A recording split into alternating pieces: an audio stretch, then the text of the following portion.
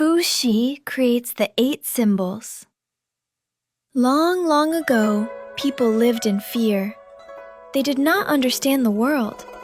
Storms, floods, and wild animals came without warning. A wise leader named伏羲wanted to help his people. He watched and thought all day. He sat by a river, staring at the water. He noticed patterns on the turtle shells. He saw lines on the backs of birds. He looked up at the sky, filled with stars that moved in order. He looked down at the earth, where mountains rose and rivers flowed in paths. Everything follows a pattern,伏羲thought. But how can I show this to my people? How can we remember the ways of nature? He tried to explain with words, but words were forgotten.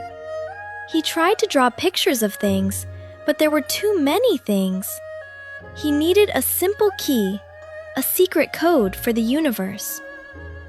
One day, while deep in thought by the river, a miraculous thing happened. A great dragon horse rose from the water.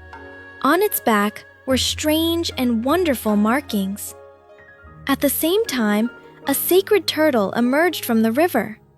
On its shell were patterns of dots arranged in a perfect square.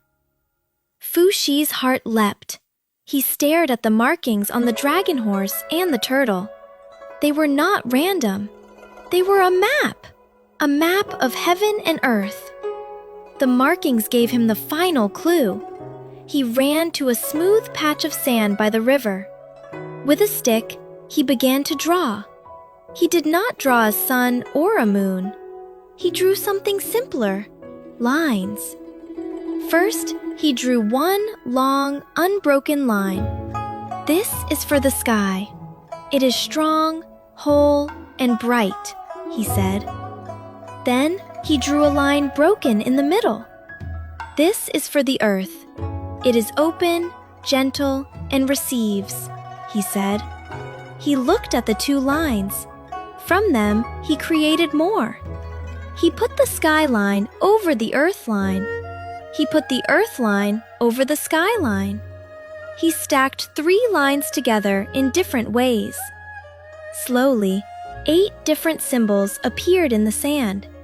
Each one was made of 3 lines, some broken, some solid. These were the 8 trigrams.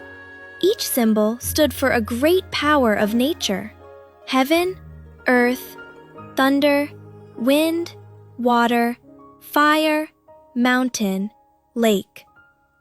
伏羲called his people.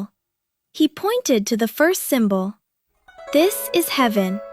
When you see its pattern, remember the clear sky and the strong leader. He pointed to another. This is water. It reminds us of the flowing river, danger, but also the deep wisdom hidden below. One by one, he explained them. The people watched, their eyes wide.